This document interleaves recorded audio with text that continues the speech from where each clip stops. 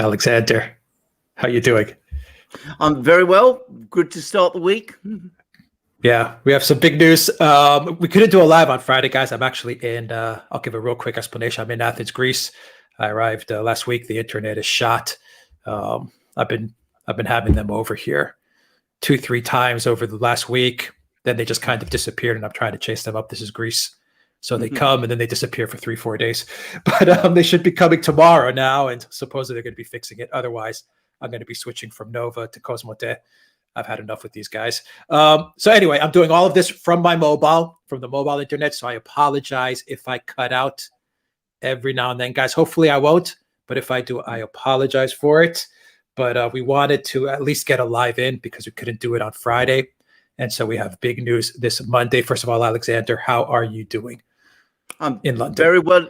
Very well. London is cold, wet, rainy. In other words, it's typical May weather here. Absolutely dreadful, but no different from what it usually is. But the news flow is interesting and strong. Lots of things going on. Lots of things going on in Britain. Lots of things going on around the world. And we're going to discuss one of them this morning. Yeah, we got the big one, which is, wow, what a story. Belarus, MiG fighters scrambled to bring down to have a jet land in Minsk. That was a jet from Athens to Lithuania, Vilnius. And Alexander, I'm going to give me a couple of minutes to just set this story up a little bit. And then I'll let you take it going forwards, because this is a strange story. First of all, hello, everybody that is joining us on the live stream. Ireland, Australia, where else? The UK. Let's see, just a real quick. All right. Okay, great. All right, we've got some people with us on the live stream, and we're going to be discussing a really interesting story. So, okay, Alexander, we have this flight that was supposedly the story coming out of Belarus was that there was a bomb on this flight. They got the word there was some sort of bomb threat or something. MiG jets escorted the flight to land in Minsk. They did a check on the packages, supposedly. Hello to everyone in South Africa and Iceland. They did a check on the packages, on the luggages, and they didn't find any bomb. But there was a passenger on this flight, and his name was Raman Protasevich. I hope I'm pronouncing that correctly. Protasevich. Sometimes I see it spelled with an O. Sometimes I see it with an A. On Minsk publications, I see it with an O. Protasevich. So I'll say Protasevich, I guess, is the correct way to pronounce it. Now, this guy was working, or he actually was one of the people that started this Telegram news outlet based out of Poland, which was called the Nexta. Nexta. And this was one of the publications, Alexander, that was posting a lot during the protests that were taking place in Belarus. How long ago was it? Like six months ago? Absolutely, yes. It started in August last year, and it went on right through the late summer and into the autumn, and then it fizzled out. Okay, so this guy was one of the main press guys that was putting out a lot of these stories on Telegram, a lot of these videos of the protests. He was organizing stuff. I've heard reports from RT that the Belarus authorities actually wanted him for a lot more crimes other than just organizing the protests. They said that he was doxing police officers. Once again, this is what I heard from RT, that he was doxing police officers, doxing Belarusian authorities and government officials, and that he was inciting other forms of violence. Once again, this is what I got from RT. So we have that as well. Now, of course, the West considers him a journalist who was acting in good faith. Anyway, this guy was on the flight. They got him. They arrested him. He's in custody. The flight was allowed to take off, and it landed in Lithuania. It was greeted by, I believe, the prime minister in Lithuania. And now we have this huge spectacle, international outrage coming from all sides. Blinken came out with a statement. Von der Leyen with a statement. The Greek Prime Minister Mitsotakis, from where the flight originated, came out with a statement. NATO, Stoltenberg, came out with a statement. They're calling on more sanctions. The EU is going to meet, and they're going to decide on what sanctions to put on Belarus. Of course, Russia is now being brought into the mix, that this was somehow a Russian operation. One of the leaders of those protests in Belarus and that uprising in Belarus after the election, Svetlana Tikhanovskaya. So she is the leader of the Democratic Belarus Party. She's in hiding in Lithuania. She actually was granted access to live in Lithuania in exile. She is calling on IATA, to the International Air Traffic Authority, to ban Belarus, to ban Belavia Airlines. She's calling on very tough sanctions. A whole shitstorm, to just sum it up. I mean, coming from this story. Now, let me give you some more quick background, guys. Really quick background. This guy, this journalist, we'll call him Raman by his first name. This guy, Raman, was in Athens, Alexander. He was attending the Delphi Forum. Okay.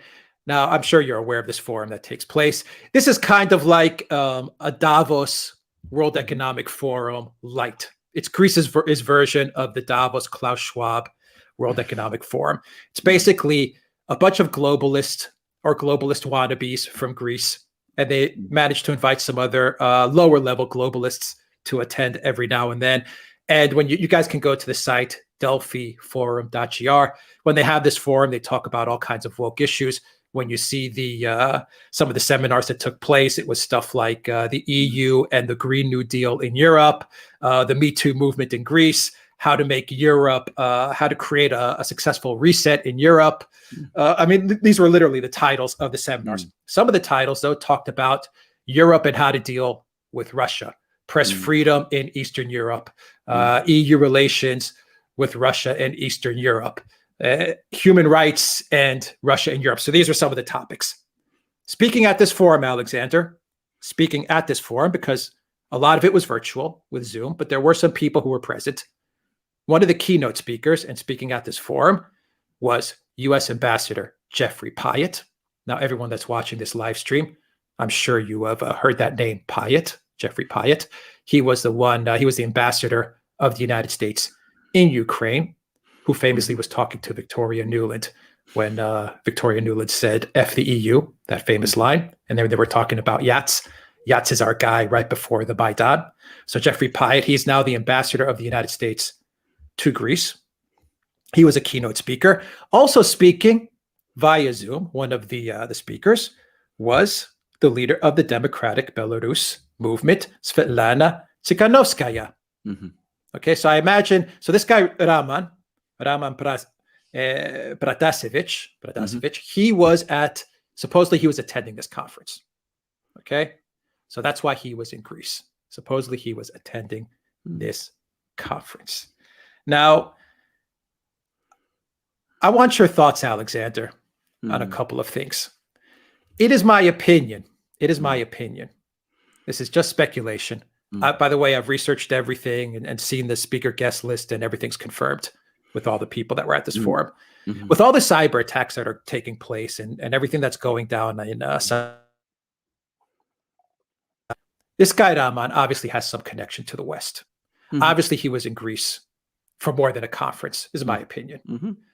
Obviously, Pyatt being there, and you can get into the backstory of Jeffrey Pyatt and some of the stuff that he has done, which is basically his mission is to take down Russia. I don't know. He's got a hard on for Russia for some reason. It's in his head. We could talk about the Maidan. We could talk about what he's done with the Orthodox Church. We could talk about what he's done with FIDEM and the Russian spy story that he helped propagate there, and the damage he's done to Greece as far as Greek relations with Russia. This guy, Raman, I think, was there to meet or somehow have some contact with Pyatt. I don't know. Maybe because of all the cyber attacks, maybe he had something sensitive to get to Lithuania, to Tikhanovskaya, Svetlana Tikhanovskaya, and thus he boarded on that plane to get to Vilnius. Greek, and I'll end it with this, Alexander, Greek newspapers are reporting, and guys are going to hear it here on the Duran, they're reporting that this guy, Protasevich, when he was at Athens airport, he claims, and this is what he claims, that a Russian guy approached him, a guy speaking Russian approached him and took a photo of him. And this guy, Protasevich, he says he documented this. He thought it was strange right before he boarded the plane. Greek newspapers are reporting that there are some sort of secret agencies that were operating in Greece. They had this guy targeted. They knew he was in Greece. They were following him around. They made sure he got on that plane. This is, once again, Greek newspapers. He got on that plane, and then everything started to unfold. When when like the cartels are moving drugs around, Alexander, they have people that are called mules. And I think that's what they call them, mules that are supposed to carry stuff, right? That's their job. My opinion, reading everything that's going on here, my opinion is that this guy was some sort of mule to carry information from one source, i.e. the U.S. Embassy, Pyatt, to another source, i.e. Svetlana Tsikhanovskaya. Of course, I could be wrong. This could be conspiracy theory. This could be crazy speculation. And maybe there really was a phone call. Maybe there was a bomb threat. And maybe all of this just happened to unfold the way it unfolded. But this is the news that I'm getting while I'm here in Greece, guys. So I'm reporting to you guys all the things that I'm reading from Greek media and from my research here, and why this guy was in Athens and the people that were speaking in Athens. An interesting group of people speaking at this mini Great Reset Davos Forum. Pyatt, Miss Svetlana, Mr. Raman, Athens, Vilnius, plane takes off, big jets scrambled, it lands in Minsk. Lukashenko gets this guy, Alexander. The floor is yours. What do you make of everything I have just relayed to you?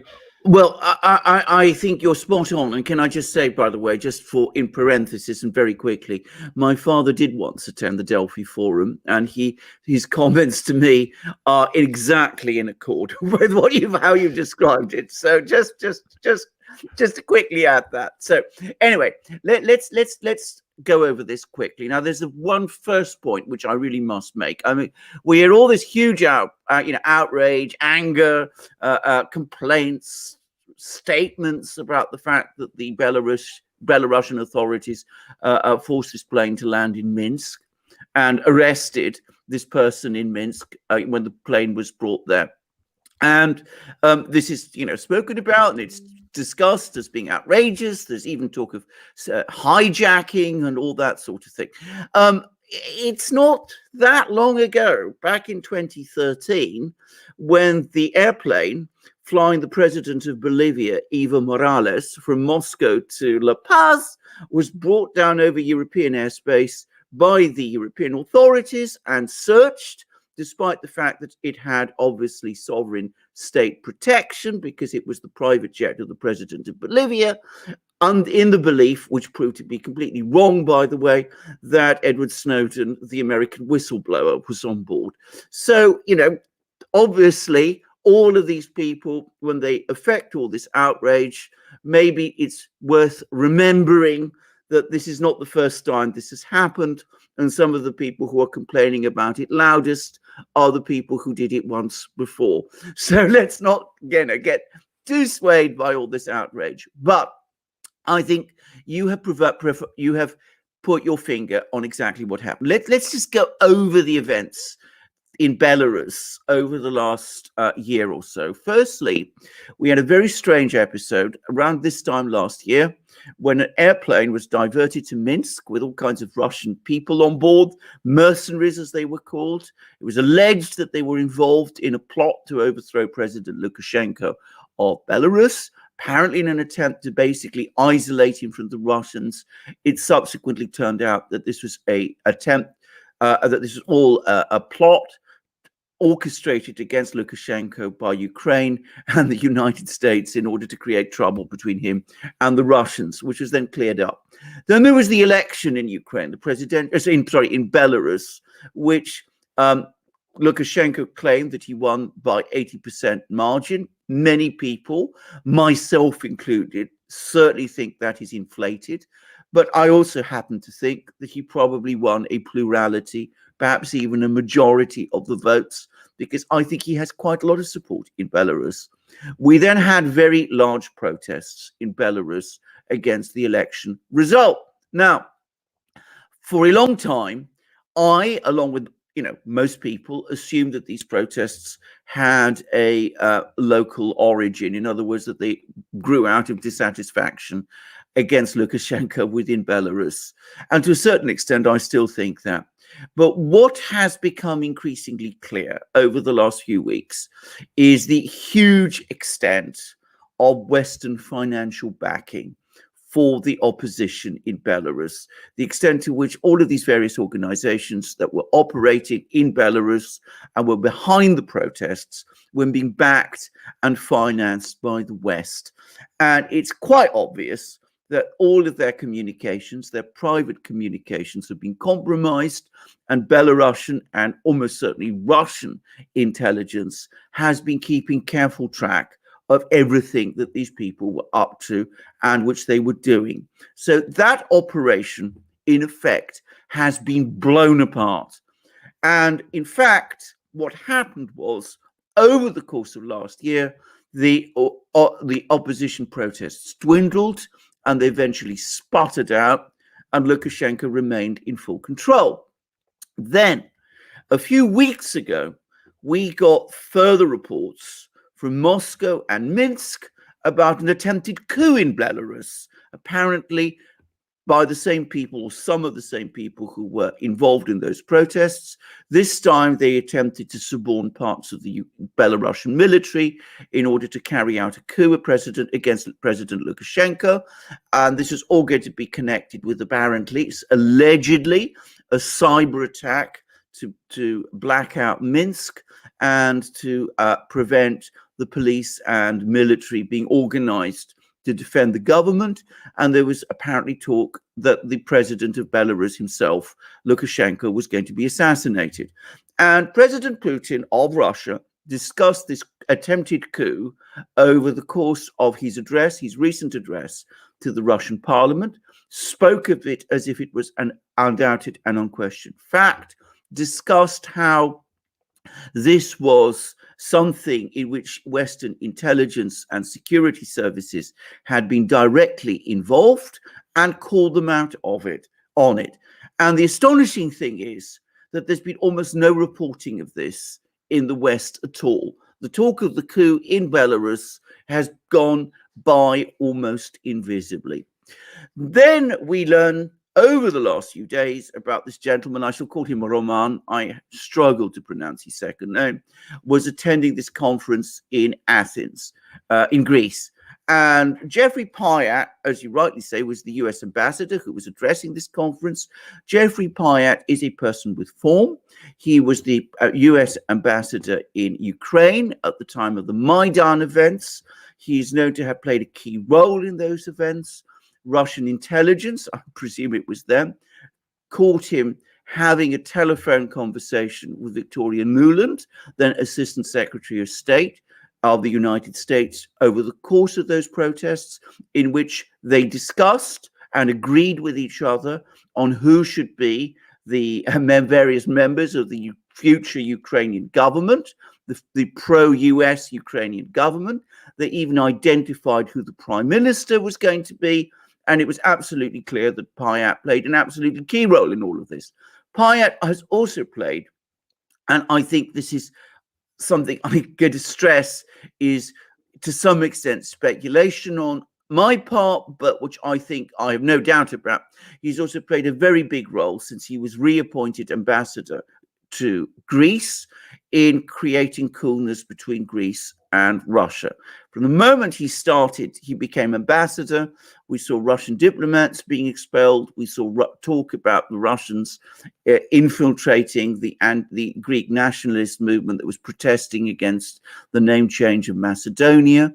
And he seems to have played a central role in getting the Greek Orthodox Church to back the Patriarch of Constantinople, who granted official recognition, Constantinople's recognition, I should say, of a schismatic church in Ukraine, which he now recognizes as the official church of Ukraine, even though it is only supported by a small minority of Orthodox believers there. So Pyatt was at this conference. He has that history. This person, Raman, was at that conference. As I go back and say, it's clear that the communications this group has has been badly compromised by, one assumes, Russian intelligence. And all the indications are that he was some kind of courier. I mean, and one of the further indications is that whilst he was on the plane, when he learned that the plane was going to be brought to Minsk, he was apparently in a panic. But one of the first steps he took was that he arranged for his laptop and some other things that he had with him to be entrusted to another passenger. In other words, he was trying to keep information, it seems to me, away from the Belarusian authorities. So my conclusion from all of this is, and I don't think there's any other alternative conclusion actually, is that Belarus has been under relentless pressure for this last year. There have been attempts first to create difficulties between Lukashenko and the Russians in order to isolate Lukashenko from the Russians, which failed. Then there was an attempt to orchestrate a color revolution in Belarus. That's increasingly what all those protests that we saw last year looked like they were all about. And when that failed, there was an attempted coup, which also failed. And then there's once more been some kind of an attempt to get something restarted. And this person went to Athens to have discussions, obtain instructions, pass on ideas, who knows what, but something or other. Russian intelligence again, or Belarusian intelligence, whoever was onto all of this, they identified which plane he was traveling on, and they managed to arrange for the plane to be stopped over Belarus. I'm afraid I'm as cynical as everyone else is about this bomb threat, but there we are. Apparently there were other Russians on the plane, or these Russian speakers on the plane, and it's a reasonable guess they were intelligence agents too, keeping an eye on this person, and he's now been arrested, and he's no doubt going to be subjected to the usual, shall we say, questioning, and more information about what's been going on will be exposed and brought out. So it's looking increasingly to me as if the whole Belarusian thing, which was attempted, has failed, and failed disastrously. I'm just going to say a few further things. Nechta, this telegram company, which you mentioned, wasn't just reporting on the events of last year, it played a critical role in organizing them. So this person, Raman, was clearly heavily involved in the protests last year. Nechta is in no conceivable sense an objective, independent station. It was clearly heavily involved in trying to engineer this color revolution in Belarus, which has so completely and comprehensively failed. And I think that what we've been seeing is a major pressure on Belarus that's obviously rapidly falling apart. It's clear that the Russians and the Belarusians are on top of all of this, and it looks as if Jeffrey Pyatt himself, that his communications have been compromised in some way, or at least he fears so, and that the opposition is increasingly having to rely on couriers, and that's already, and those couriers are at risk of being picked off themselves. So that's where we are. That's, to my mind, the whole story behind all of this. All right, so two questions that I have.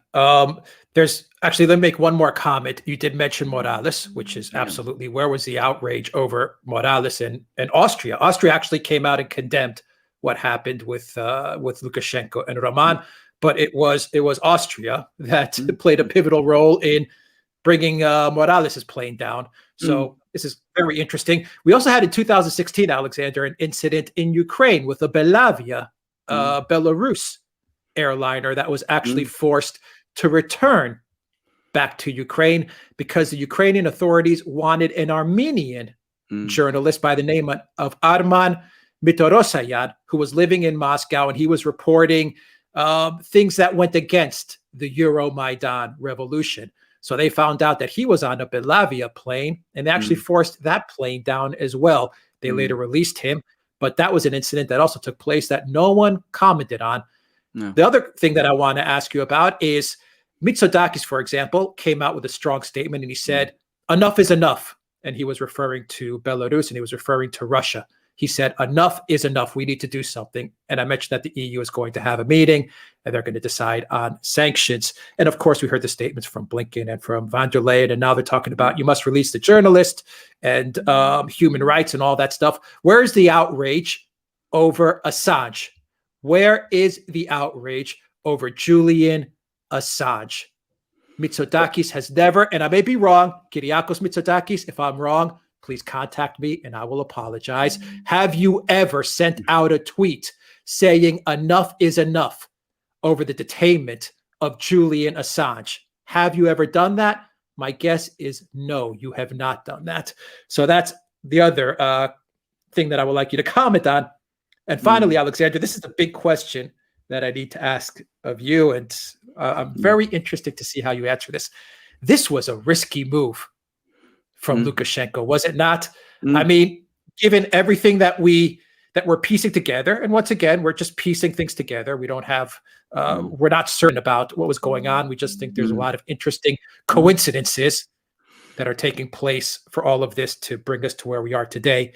This was a risky move from Lukashenko. Do you think he did this on his own? Do you think he consulted with the Russians? What do you think the blowback is going to be? Has he planned for this blowback, for the sanctions? Legally speaking, I've read different articles that say if you go by international law, what he did was not illegal because it was over Belarusian airspace. I've heard other people say it was illegal, given the Chicago, I believe it's the Chicago Convention on Air Travel. I've heard people say, oh, what happened with Morales was different because this is a commercial jet and his was a government jet. I don't see a difference there. But anyway, what do you make of this big picture? It really is. It was a risky move from Lukashenko. And I'm just trying to figure out what did the Russians know? What did they not know? We've done many videos in the past on Lukashenko as well. And while he is getting a lot of support now with the Russians, and obviously him and Putin seem to be these great friends now, in the past, we have to be honest, in the past, it wasn't like that. And Lukashenko was actually very defiant. He was very nervous about getting too close to Russia. And he was very defiant of Putin as well. Even during the Maidan, he took a very neutral position with Ukraine. He actually, at many times, sided with Ukraine against Russia, and many times courted Europe instead of Russia. So he is a controversial figure historically, and he is kind of a loose cannon in a way as well. So what do you make of everything I've said? Well, absolutely. Now, first of all, did Lukashenko consult with the Russians? I don't know. I mean, I don't know what goes on between the Russians and the Belarusians. I would assume that he did, but of course I can't be sure. But bear in mind, somebody was keeping track of this man, Raman, in Athens. There were those Russian-speaking people on the flight who looked very much like they were intelligence operatives of some kind, keeping track on this person. I don't know whether they belong to Russian intelligence or to Belarusian intelligence. Who's to say? So I don't know what the story there is. But one thing is indisputable. The aggregate effect of all of this pressure on Belarus and on Lukashenko over the last year is that it has pushed Lukashenko and by extension Belarus into the hands of Russia. I mean, that was not where Lukashenko wanted to go. He wanted to play the Europeans and the Russians off against each other. He was, if anything, more sympathetic to Ukraine than he was to the people in the Donbass, for example. He refused to recognize the independence of the two breakaway republics from Georgia, South Ossetia and Abkhazia, very much to the anger of the Russians. He's quarreled with the Russians on gas and oil fees. He's had a difficult relationship with the Russians, and he's played or tried to play the Russians and the West off against each other. And by the way, my wife, who passed through Belarus at one point, was struck by the large presence of NATO military in Belarus at that time. They were in the hotels, they were having meetings with Belarusian military people. They seemed to be, working in a very friendly way with the West, with clearly as part of this policy that Lukashenko was trying to play, of trying to keep the West and Russia, both at arm's length, playing the one off against the other, trying to get the best from each. Now, that policy on Lukashenko's part has unraveled. It's now become absolutely clear that the West is out to get him. And so he's been obliged to turn to Moscow. And there's been a whole series of meetings between him and Putin. And there's been steps now to press forward with a full integration of Belarus's economy into Russia's, with industrial cooperation agreements, and even talk of a joint currency further down the line. So, we've seen all that play out in that kind of a way. So, in a sense, all this pressure on Lukashenko and on Belarus has so far failed, and failed completely. And perhaps that's one reason why things, in a way, are becoming more frantic. The pressure is being dialed up in an ever more frantic way as the West senses that it's actually losing Belarus, and maybe losing it forever. And coming to that point, undoubtedly, Lukashenko took big risks in forcing this plane down. But bear in mind, the West has been taking reckless risks in Belarus also, by backing the opposition there, by interfering in Belarusian affairs, by apparently, so the Russians say, backing a coup attempt there, by all of these various activities that we see. So recklessness on both sides, but I would argue the greater recklessness has been on the part of the West. And I'm afraid, just as you say, all these people getting on their high horses in the West, standing on their podiums, telling us about, that this journalist must be released, this outrageous violation of human rights, all the rest. Well, there's a gentleman in Belmarsh prison. He gets none of that support. There's virtual media blackout about his activities. And of course, many people are aware of him. Many people are concerned about him.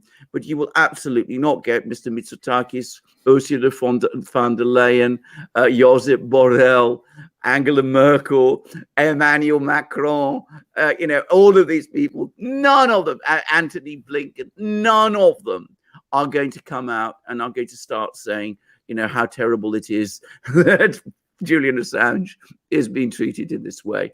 And sanctions against Belarus, very likely, they will further push Belarus even more into the arms of Russia. And of course, if they try and extend some of those sanctions to Russia, that will probably undermine this project for a summit meeting between Biden and Putin, which the US administration at the moment has invested all that energy and time in. And in fact, Blinken has been making statements which lead me to think that that's probably not going to happen. So there we are. So a counterproductive, reckless, and failed policy towards Belarus, one which has resulted in this very risky step by Lukashenko. I suspect he thinks that with the Russians at his back, he's actually got what he wanted, and I don't think he'll be too bothered, because I think he's made this decision that from now on, his future and that of his country lies with Russia. Yeah. Okay. So let's game plan this out, Alexander, and we'll take, I think we have like 1 or 2 super chats. And like I said, guys, I'm on my mobile, so the connection may not be that good, and we won't go for too long here, but let's game plan this out. The EU, the United States, I imagine they're going to use this incident to crank up the pressure on Belarus. My first question to you is, how far can they take this? Once again, using international law, using geopolitics, international policy, how far can they take this with institutions? Can they ban Belavia airline from traveling around Europe or using or going to certain aerospace, EU aerospace, for example? Can they kick Belarus out of certain international organizations? That's my first question. How far can they crank this up? My second question is, this is what they want to do, given that the protests, the regime change, the coup, it all failed. This kind of seems like a plan C or a plan D, where they're all gathering around von der Leyen and Blinken and Merkel, and they're saying, okay, we got another shot to topple Lukashenko with this incident. Once again, a journalist, much like Navalny and all this stuff. Maybe they're saying, let's get another regime change going. You know, they got the hashtag already for Raman, and it's already going out there. Big tech is amplifying everything. You know, this is another chance for them to topple Lukashenko. That's part two. And part three of my question, it's all connected, is how far will Russia go to support Lukashenko? Because the pressure is going to come on him very hard and very fast. They are going to now go after Belarus, the country and the people, in a big, big way. How willing is Putin to come to Lukashenko and Belarus's aid? And I'll throw in a caveat. Putin and Russia may actually say, you know what? And I'm just thinking, now that Belarus is going to be 100% dependent on us, and we've definitely got them in our sphere now, and all these games of playing us off against Europe and the West and NATO is over, it's time for us to exit Lukashenko out slowly, and get someone who is less controversial and less of a loose cannon in office. What do you make of that? So, Alexander, wrap up the video with those thoughts. Once again, where do we go from here? I think first of all, you summed up Russian policy precisely. They're going to back Lukashenko and Belarus in this particular crisis 100%. They're going to go all the way. During the protests last year, they even mobilized a special police and security unit, which would have been ready to send to Minsk in the event that public buildings in Minsk were seized by the protesters. So they were prepared to go that far then, and they will certainly give whatever assistance Belarus needs to counter any pressure that it gets from the West. And I think that's something that people in the West need to understand. When Putin was talking a few weeks ago in his address to the Russian parliament about Russia having red lines, it should be clearly understood that for Russia, Belarus is one of those red lines. The regime change operation there will not be tolerated any longer, just as regime change operations in Russia itself will not be tolerated any longer, and the Russians will bring that all to a stop. And if the West starts imposing more sanctions on Belarus, and I'm not by any means certain that banning Belarusian airlines and things of that kind would be legal under international law, but then, you know, when's that ever stopped them from doing things like that? So, I mean, you know, they might very well do that. But all that is going to do is it's going to play into the hands of the Russians, and they will take the steps they need to take, both to ensure Belarus's economic stability, and of course, if Belarusians can't travel directly using their own airline to the West, well, what they will simply do is they'll take out Russian passports, which I expect will be extremely simple. They'll fly to Moscow, they'll take a Russian jet, and they'll fly from Moscow wherever they want to go on those Russian passports. But that will mean they'll have to do it through Moscow, and that will, of course, increase Russian control, or at least Russia's position. In the long term, maybe not even that very long, in the medium term, you are absolutely right. The Russians have already made it fairly clear that they want to see Lukashenko edge his way out. I mean, they do not want him to be there for much longer.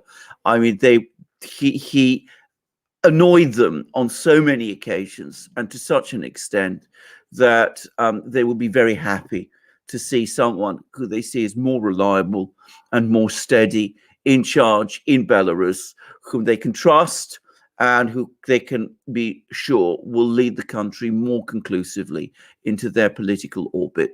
And I think that's the way forward. I think that's exactly what's going to happen. We're going to see things undoubtedly over the next few months and years play out that way. So yes, the pressure from the West on Belarus is going to grow. Highly likely Lukashenko himself is now going to be sanctioned. I think at the end of the day, that's going to prove simply the West's complete ineffectiveness over this. The Russians have made it obvious that they're prepared to absorb any sanctions that are going to be imposed on them. up to and including a disconnection from SWIFT. They're ready for that. The West doesn't seem to be keen to do that anyway. The United States wants better relations with Russia at this time, wants a summit meeting with Russia. So this game that's been played over Belarus, it seems to me, is quickly unraveling and falling apart. And the Russians, as of this moment in time, are looking like the big winners. All right, we'll get to some super chats real quick. Alexander, Ryanair is Irish company. Anything? Have you heard anything from Ireland? Or are they going to work through the EU? Oh, they're going to work through the EU. They always do. By the way, Ireland has had reasonably good relations with Russia. I mean, whereas Britain pursues this relentless hostility towards Russia, Ireland is on balance, in fairly good terms. I don't think this is going to play any role in Irish-Russian relations. They'll go along with whatever the EU says. Okay, and finally, China. What do you think China's going to do? They're going to just quietly support Russia in this? Oh, absolutely, and not so quietly, can I say? I mean, they've been one statement after another from Beijing over the last few weeks, hailing the Chinese-Russian alliance. I've been doing programs about it on my channel, and we have the Chinese foreign minister in Moscow now having meetings and discussions with Putin and Lavrov and other top Russian officials. So the Chinese are going to give the Russians all the support they need, and the Russians are going to give Belarus all the support it needs. That's the reality. That is the geopolitical reality of the world today. It's one that the US and its allies are not used to, but one that they're going to have to get accustomed to before long, because already and increasingly, what they try to do is proving increasingly ineffective. Okay, I bring up China because Lithuania withdrew from a China initiative, which was called the 17+1 cooperation platform, basically with European countries cooperating with China. Many of the Baltic countries and Eastern European countries and some Southern European countries were in this forum, and basically they would cooperate with China and work with China within this forum. Lithuania pulled out of this. It seems that Lithuania is acting as a bulwark. If there's one country that's acting as a bulwark against Russia and China, it seems to be Lithuania. Oh, absolutely. I mean, if you remember that extraordinary European Parliament resolution about wanting regime change in Moscow that we discussed in a video a short time ago, that was drawn up by a former prime minister of Lithuania. The Lithuanians are the people who are leading the charge on all of these things. And that is absolutely the case. I don't think the Chinese are going to lose any sleep about what Lithuania does.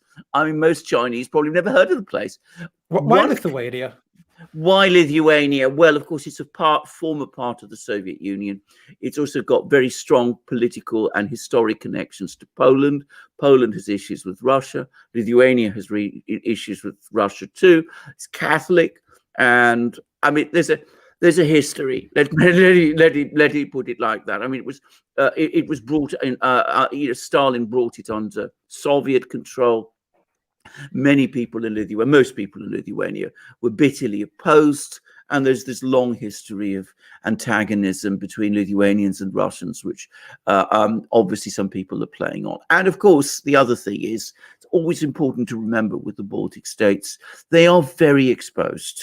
I mean, they rely on the US.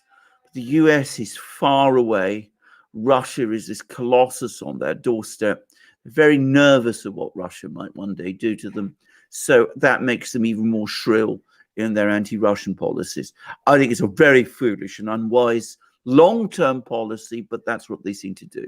So it's not surprising, perhaps, that Lithuania is at the center of a lot of this. Lithuania, by the way, is also one of the major opponents of Nord Stream 2. So nothing like that surprises me. But coming back to China, one country that has gone out of its way to court China until very recently has been Ukraine.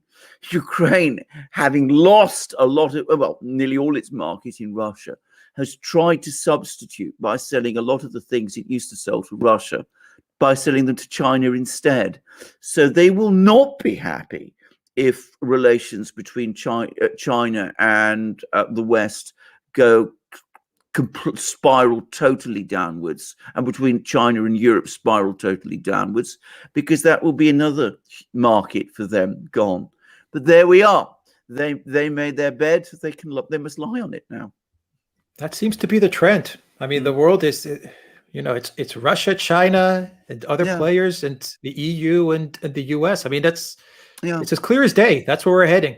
Absolutely, that's exactly where it. I mean, we are back at a bipolar world. I mean, that brief period of unipolarity that arose after the end of the Cold War, with the United States as the world's hegemon, that's past. We now have the Western alliance facing the Eurasian bloc, and that's the world today.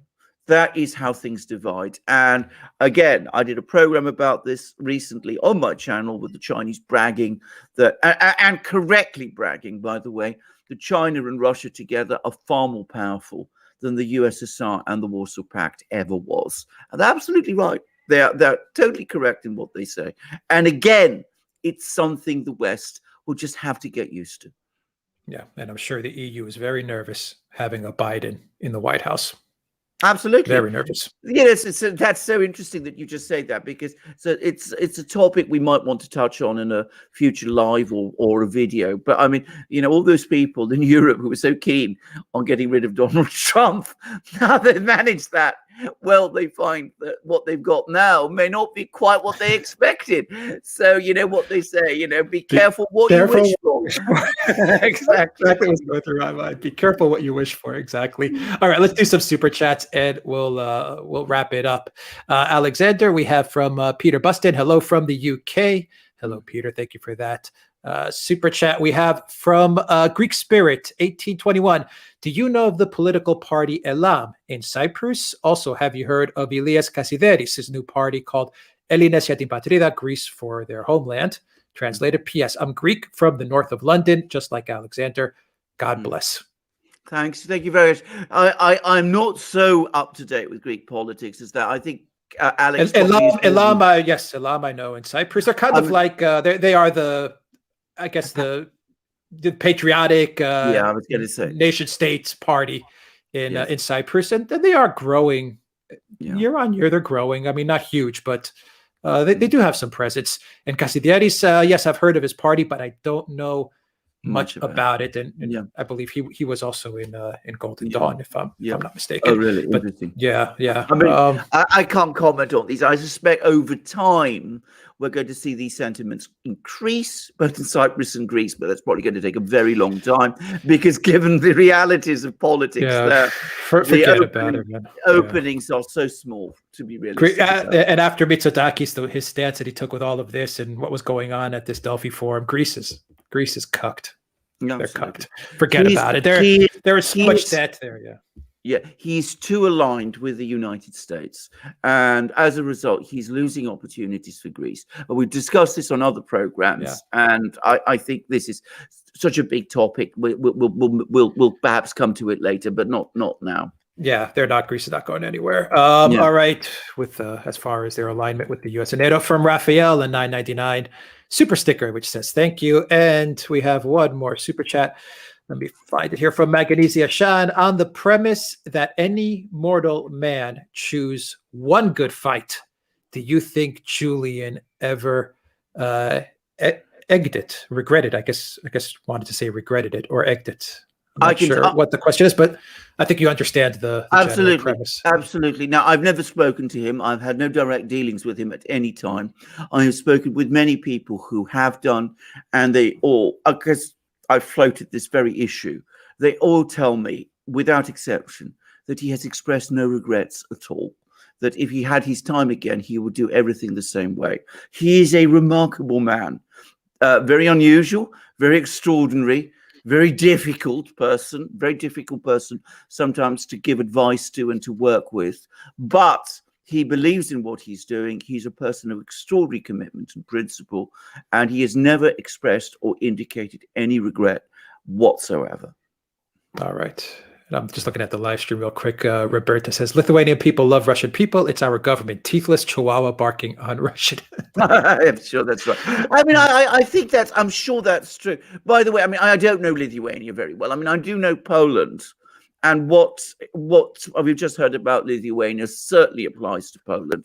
The idea that all Poles hate Russians is not only not true, it is a complete mischaracterization of a very complex relationship. In fact, Russians and Poles get on perfectly well at an individual level, and they're able to discuss their political issues quite well. And I suspect the same is true between Lithuanians and Russians also. All right. So we got to the super chats. We got to the to every topic that we want to discuss with regards to Belarus. And final question: what do you make of the rumors that go around and say that Belarus will integrate with the Russian Federation? Do you buy into that or not? No, I don't think that is the plan. But of course, if the pressure on Belarus becomes exceptionally strong, then it could even happen. I don't think that's the plan. I think that the Russians would not want to be seen to swallow up a former independent country, which they recognize as independent, and which, because that might have an alarming effect within the former Soviet space. So I don't think the Russians want to do it. And of course, I think there's lots of people in Belarus who want Belarus to remain independent. So I don't think that's the plan. I don't think that's the intention. But of course, if the pressure is great enough and people feel that there's no alternative, it's not inconceivable. But I don't think that's what either Putin or Lukashenko or anybody who replaces Lukashenko will want to see. I think what they want to do is to recreate, well, rather to create this Eurasian Economic Union, which will be an economic alliance of states that used to form parts of the Soviet Union. And there is also this military alliance, the CSTO. And I think you see very strong integration that way, reintegration that way. But I think it will go along with a great deal of political independence and autonomy also. And I think from the Russian point of view, that is the optimal outcome. All right, and that leads into this one super chat from Brave New Perth before we sign off. When do you think a working consensus of a multipolar world order and greater Eurasia will be realized? How can Iran, Russia, and China do this? Well, I think it is happening already. Now, you know, there's a famous expression that initially the truth is ridiculed, then it is resisted, and then it is universally adopted. I think in the West, at the moment, we are in the second stage. There is this furious attempt to deny this is going on. It's resistance towards the Eurasian realities. There's all these enormous pressures that we see piling up at every level. There's these attempts to peel Russia away from China, hopeless ones, by the way. But I think that sooner or later, the Western powers will have no choice but to accept that, at which point, hopefully, we will start to see a stabilization in the international situation.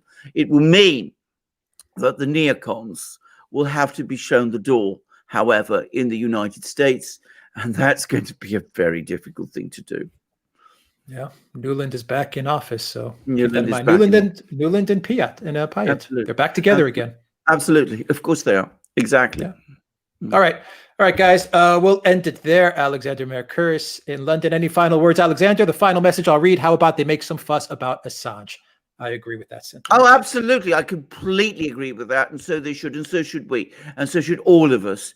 But unfortunately, even if the Russians did say lots of things about Assange, you can be absolutely certain it wouldn't be reported very widely in the West, because nothing about Assange is, which is terrible.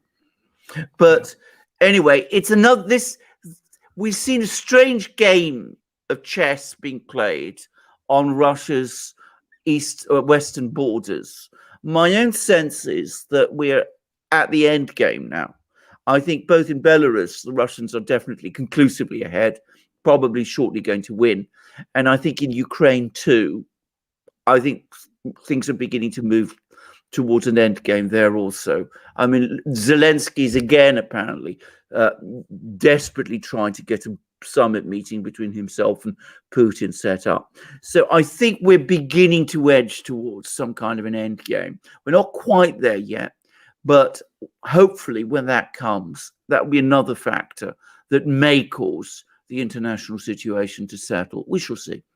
Oh, one final question I want to ask you before we sign off, Alexander. Will they use this to to affect Nord Stream 2? No, I don't think so. I think that everything's been thrown at Nord Stream 2. I think it would not. I mean, to do it now would be ludicrous. I mean, the Russians probably were involved in this incident. In fact, I am absolutely sure they were involved in this incident, but it wasn't the Russians who made that plane come down. It was Lukashenko and Belarus. I suspect all the sanctions are going to be directed at him because for the Germans, Nord Stream 2 is clearly so important that they will not want to see it sanctioned. And I don't think the United States has any appetite at this moment to pick a fight with Russia over Nord Stream 2, or generally at a time when, as I said, they seem to be going out of their way to try and re-establish some kind of a dialogue with the Russians in order that they can refocus their energies against the Chinese. All right. Okay. Any final thoughts, Alexander, before we sign off? No, I think we've pretty much covered it all, but certainly interesting stuff. And well, I will actually say one thing. I mean, we've had all these incidents, especially from Britain, who have been trying to claim that Russian intelligence is this Mickey Mouse affair. We had Petrov and Bashirov and all that sort of thing. Well, as we could see, that is absolute nonsense. Russian intelligence is pretty well organized, and when it's really in operation, well, you see what it can do. Yeah, I think after Maidan, I think Putin took an inventory of things and he said, "Guys, Maidan, we got blindsided on that." Yeah. They were caught a little off guard with Ukraine. Thank you, Peace Gen, for that $20 super chat. Thank you very much. They were caught a little flat-footed on that. And I think after that event, because Russia should have been on the ball with what was going down in Ukraine. Absolutely. And I think Putin did an inventory of the intelligence services, and things got reorganized very quickly. I agree. I completely agree. I absolutely agree. All right. All right, guys. Yeah, go ahead. No, that's it. I mean, I agree with that. And as I said, you see the results. I mean, Russian intelligence, when it does its job, it does it extremely well. All right, guys. Thank you for joining us on this spur of the moment live stream. And hello to everyone in New Zealand. Thank you very much for your questions, for your super chats. And we'll be back tomorrow with more videos. Absolutely. Take care. Bye. Bye.